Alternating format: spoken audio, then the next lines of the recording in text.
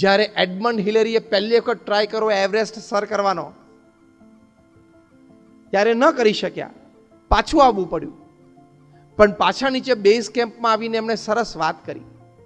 એમને એવરેસ્ટ સામે જોઈને એવરેસ્ટને ચેલેન્જ આપી કે I will come again, I will scale, I will stand on top of you, because હવે જે વાક્ય બોલ્યા છે ને અદ્ભુત બોલ્યા છે. It is written down in golden letters in history. Edmund Hillary બોલેલા, because as a mountain you cannot grow, as a human being I can.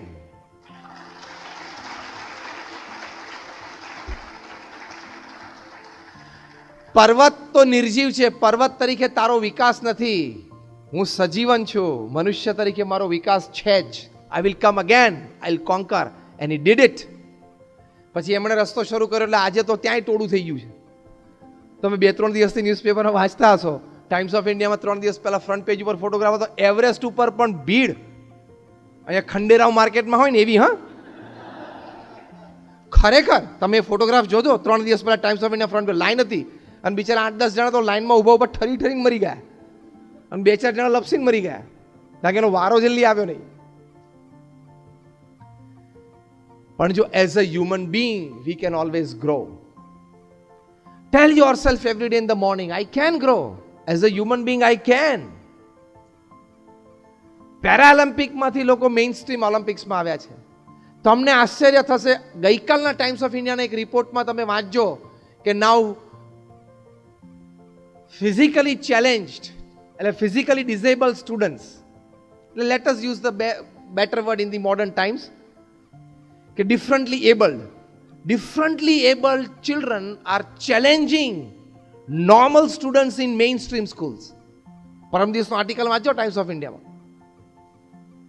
કારણ કે ડિફરન્ટલી એબલ્ડ હોય, એનામાં એકાદ વસ્તુની ખોટ હોય ને એટલે એના મગજમાં ચેલેન્જ, એક કંઈક કરી દેખાડવાની ભાવના, કે why everybody ahead of me, let me go, એ જે આવી જાય છે ને જબરજસ્ત એનર્જી ઉત્પન્ન થાય છે.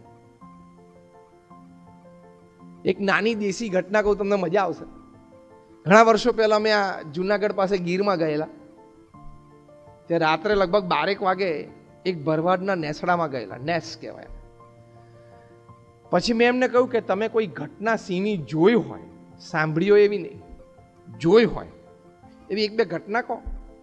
કારણ કે જંગલમાં તમે રાત્રે 12 વાગે તો પછી કે સિંહની જ વાત કરવાની હોય, ક્રિકેટની થોડી કરવાની હોય. એટલે એમણે મને વાત કરી કે હું એક દિવસ ઢોર ચરાવતો હતો અને સિંહને સિંહણ નજીક આવ્યા, એટલે એની આંખો પરથી અમને ખબર પડી જાય કે અત્યારે ભૂખ્યા છે અને શિકાર કરશે. એટલે મેં મારા ઢોરને તો નેસની અંદર મૂકી દીધા, પણ સિંહે મારો પીછો કર્યો. સિંહ દોડ્યો. હું કેટલા ફૂટ પાછળ હતો કે 10-12 ફૂટ. 10-12 ફૂટ પાછળ હોય સિંહને દોડે તો માણસને બચવું અશક્ય છે. પણ કે આ તમને સામે દિવાલ દેખાય છે ને, કૂદી ગયો. મેં કહ્યું વોટ આર યુ ટોકિંગ? 10 થી 11 ફૂટની દિવાલ કૂદી ગયા તમે? તો કે અડ્યા વગર કૂદી ગયો. મેં કહ્યું આ દિવાલ તમે કૂદ્યા? તો કે આ કૂદીને અંદર આવતો રહ્યો. My God. મેં કહ્યું હવે કૂદી શકો? તો કે ના. મેં કે સિંહ પાછો પડવો હોવો જોઈએ.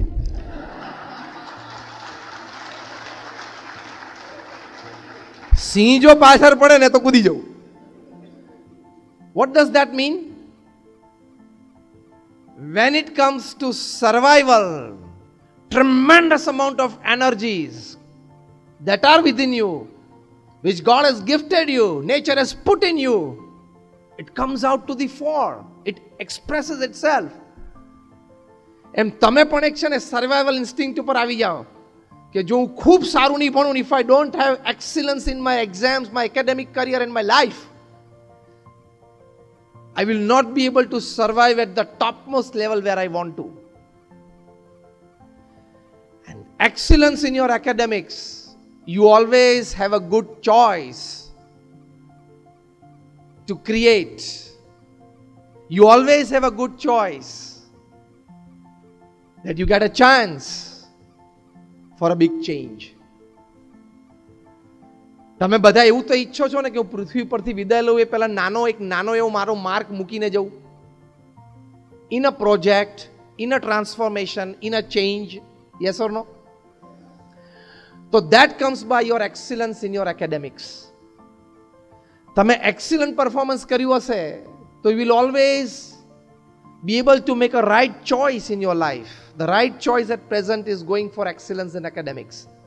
Then you will stand a chance someday for a great change.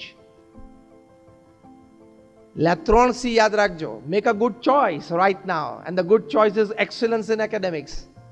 Then you will stand a chance for a great change. The first part of the talk is over. Now I come to exam to excellence. ખાલી તમારી academic qualification આમાં કામમાં નહીં આવે. જો હવે મેં આખો પ્રવચનનો કલર બદલ્યો. અત્યાર સુધી હું તમને એમ કહેતો હતો કે ખૂબ સારું એકેડેમિક ક્વોલિફિકેશન મેળવો અને કરવાનું છે. Now I am telling you, from exams to excellence, not just your academic qualifications will work.